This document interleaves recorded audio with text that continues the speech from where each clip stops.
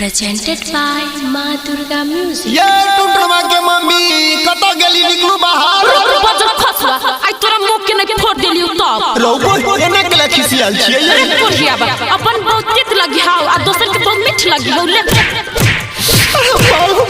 गार तोड़ दे ओ प्रज्ञा भैया की भेल हो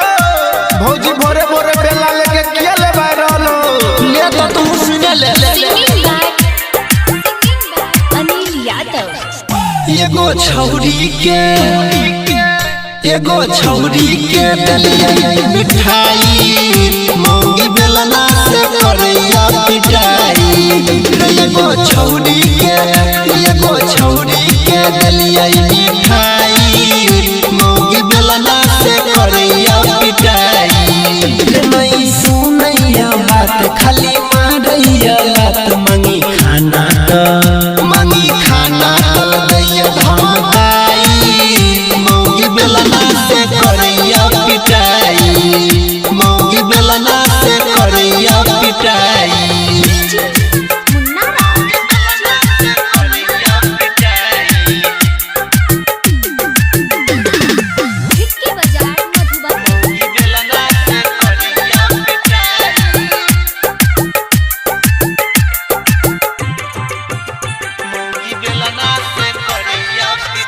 फोटो रहै मोबाइल में देखल लक यार हमर मौगी छैयरवा बड़ा होशियार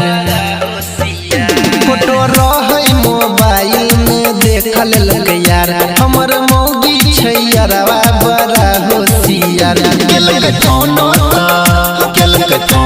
तो ललकै उठाई मौगी बेलना से करैया पिटाई एगो छौरी के दलिया मिठाई मौगी बेलना से करैया पिटाई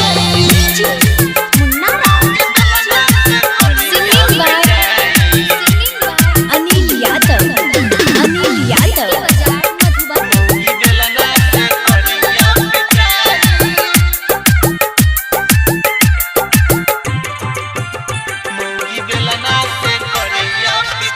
सनी अनिल बताबै की करियै उपाय जाके परवीन देवेंद्र दहिन समझाय